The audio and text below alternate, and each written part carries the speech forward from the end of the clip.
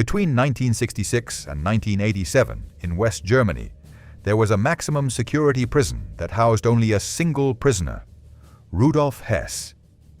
One of the most influential men in the Nazi high command, Hess spent 40 years behind bars, guarded by more than 600 soldiers of different nationalities, completely isolated, to the point of refusing visits even from his own wife and son. But on August 17, 1987, something unbelievable happened. At 93 years old, frail, nearly blind and struggling to walk, he supposedly managed to escape the watchful eyes of the guards and made his way to a nearby shed. What happened next is jaw-dropping. First, we need to understand his trajectory in the National Socialist movement. Rudolf Hess was born in 1894 into an upper-class German family residing in Egypt. When World War I broke out, he enlisted to serve in the German artillery and participated in important battles, such as the Somme and Verdun. The officers praised his bravery in combat and awarded him the Iron Cross for his good performance. He was wounded on several occasions, the most serious being in 1917, when a bullet pierced his chest and nearly destroyed his spine, almost killing him. This, however, did not diminish his desire to fight. On the contrary. After recovering, he began training as a pilot to join the Air Force.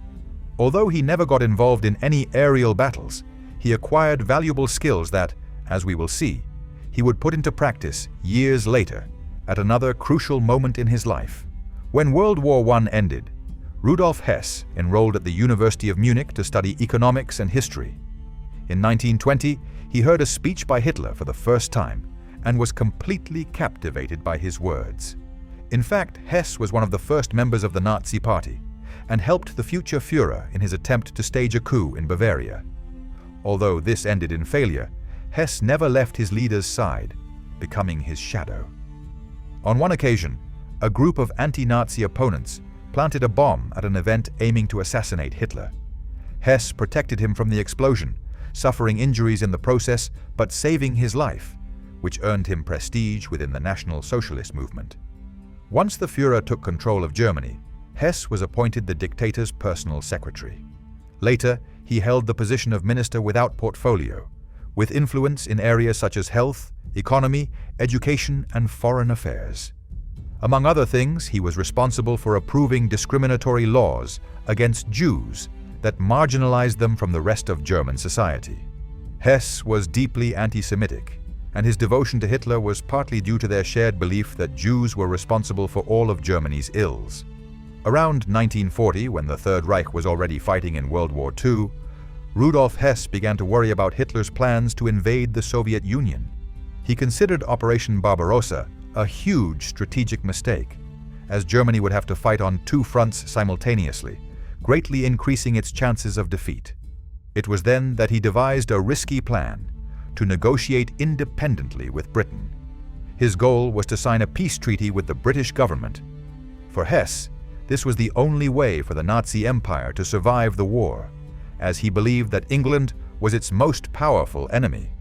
According to the information this lieutenant of the Führer possessed, the British King George VI would accept the peace proposal and dismiss his Prime Minister Winston Churchill as soon as it was offered. The secretary planned to visit the Duke of Hamilton, an English nobleman, to help him get in touch with the king. Thus, Hess took advantage of the skills he had acquired during his pilot training in World War I and embarked on a long solo flight to England with no other companions. However, Hess's information was wrong. As soon as he landed, British authorities arrested him and never considered the possibility of a ceasefire. Although the Duke of Hamilton did contact Churchill, as the secretary had hoped, both the Prime Minister and the King were firmly determined to continue the war. His plan, therefore, was a failure. Hitler himself, upon hearing what had happened, was furious. He stripped Hess of all his positions and ordered that if he ever returned to Germany, he be executed. The Führer's former secretary fell into disgrace and remained in England as a prisoner until the end of the war. At the Nuremberg trials, when in 1946 the sentences for the Third Reich leaders were handed down, Hess was sentenced to life imprisonment at Spandau prison. This was a maximum security prison with a capacity for 700 inmates, although it was only occupied by a few Nazi officials. By around 1966, all the others had either been released or had died behind bars, leaving Hess as the prison's sole inmate. Until 1969, he did not allow his family to visit him, and only changed his mind when his physical and mental health began to deteriorate. He complained that he couldn't sleep due to stomach pains, claimed he suffered from amnesia, and said his enemies were trying to poison his food. His lawyers requested that he be granted parole, but the Allies always denied it.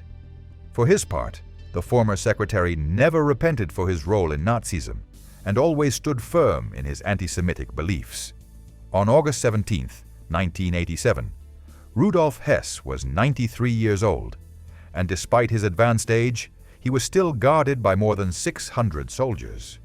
However, that day, somehow, he managed to escape his guards and made his way to a nearby shed. When the guards found him, it was already too late. He had used the cord of a lamp to hang himself, tying it to a window latch. In his pocket, there was a handwritten note in which he thanked his family for having cared for him. Immediately, his death was considered strange and suspicious, as many questions remained unanswered. No one knew how an elderly man had managed to circumvent all the security measures at Spandau, especially considering he was nearly blind and had difficulty moving one of his legs. Moreover, his hands were affected by arthritis, making it curious that he had managed to tie the cord around his own neck to hang himself, since he could barely use utensils to eat. His lawyer was the first to claim he had been murdered, and Hess's son supported this idea, alleging that those responsible for his death were British intelligence agents. According to this theory, the motive was that the former secretary intended to reveal information about war crimes committed by England during World War II. Although autopsies concluded it was a suicide, the murder theory has never been fully ruled out, and to this day there are dozens of investigators interested in this mysterious case. After Hess's death, Spandau prison was demolished to prevent it from becoming a meeting point for neo-Nazis. We've reached the end of the video, and we want to ask you, do you think Hess committed suicide, or was he murdered?